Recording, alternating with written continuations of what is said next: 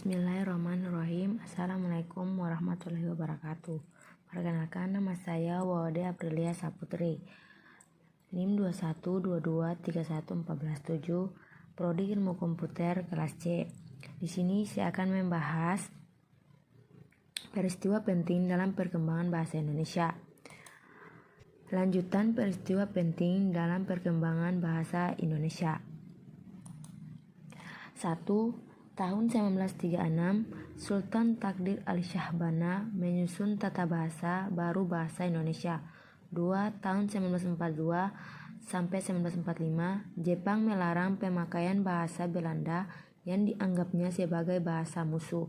Penguasa Jepang terpaksa menggunakan bahasa Indonesia sebagai bahasa resmi untuk kepentingan penyelenggaraan administrasi pemerintahan dan sebagai bahasa pengantar di lembaga pendidikan, sebab bahasa Jepang belum banyak dimengerti oleh bangsa Indonesia. Hal yang demikian menyebabkan bahasa Indonesia menyusun peran yang semakin penting. 3. Tahun 18 Agustus 1945, bahasa Indonesia dinyatakan secara resmi sebagai bahasa negara sesuai dengan bunyi UUD 1945 Pasal 36, bahasa negara adalah bahasa Indonesia. 4. Tanggal 19 Maret tahun 1947, diresmikan penggunaan ejaan Republik sebagai pengganti dari ejaan Van Ophuijsen yang sebelumnya berlaku. 5. Tahun 1948, terbentuk sebuah lembaga yang menangani pembinaan bahasa dengan nama Balai Bahasa. Lembaga ini pada tahun 1968 diubah namanya menjadi Lembaga Bahasa Nasional dan pada tahun 1972 diubah menjadi Pusat Pembinaan dan Pengembangan Bahasa yang selanjutnya lebih dikenal dengan sebutan Pusat Bahasa. 6. Tanggal 28 Oktober sampai 2 November 1954 dilaksanakan Kongres Bahasa Indonesia II di Medan. Kongres Bahasa Indonesia II ini adalah perwujudan mengenai tekad bangsa Indonesia untuk tetap terus menyempurnakan bahasa Indonesia yang diangkat menjadi bahasa kebangsaan, serta ditetapkan menjadi bahasa negara Indonesia. 7.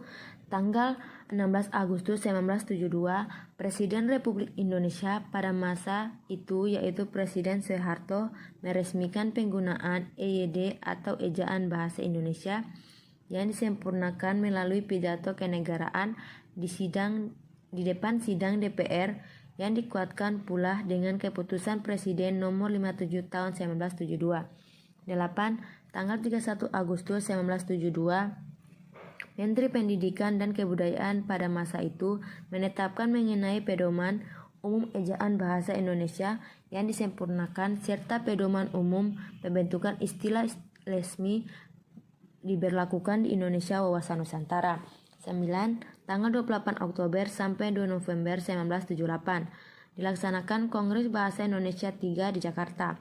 Kongres tersebut untuk memperingati Hari Sumpah Pemuda ke-50.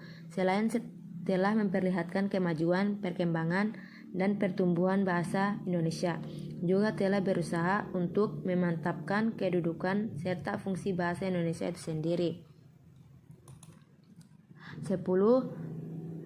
Tanggal 26 sampai 10 tanggal 21 sampai 26 November 1983, Kongres ini dilaksanakan dalam rangka memperingati Hari Sumpah Pemuda yang ke-55. Dalam pemutusannya disebutkan bahwa pembinaan dan pengembangan bahasa Indonesia harus lebih ditingkatkan agar amanat yang tercantum di dalam garis-garis besar haluan negara yang mewajibkan kepada seluruh warga negara Indonesia untuk menggunakan bahasa Indonesia dengan baik dan benar dapat tercapai maksimal mungkin.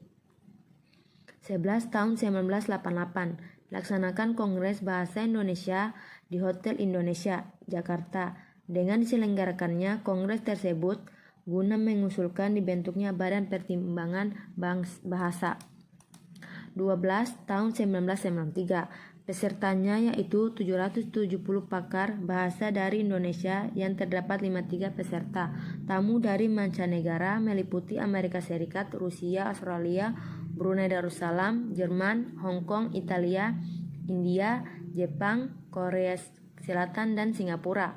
Kongres ini mengusulkan supaya Pusat Pembinaan dan Pengembangan Bahasa untuk lebih ditingkatkan statusnya menjadi Lembaga Bahasa Indonesia dan mengusulkan agar disusun Undang-Undang Bahasa Indonesia. Baik, cukup sekian penjelasan singkat dari saya. Kurang dan lebihnya mohon dimaafkan. Saya akhiri, wabillahi taufiq wal hidayah. Wassalamualaikum warahmatullahi wabarakatuh.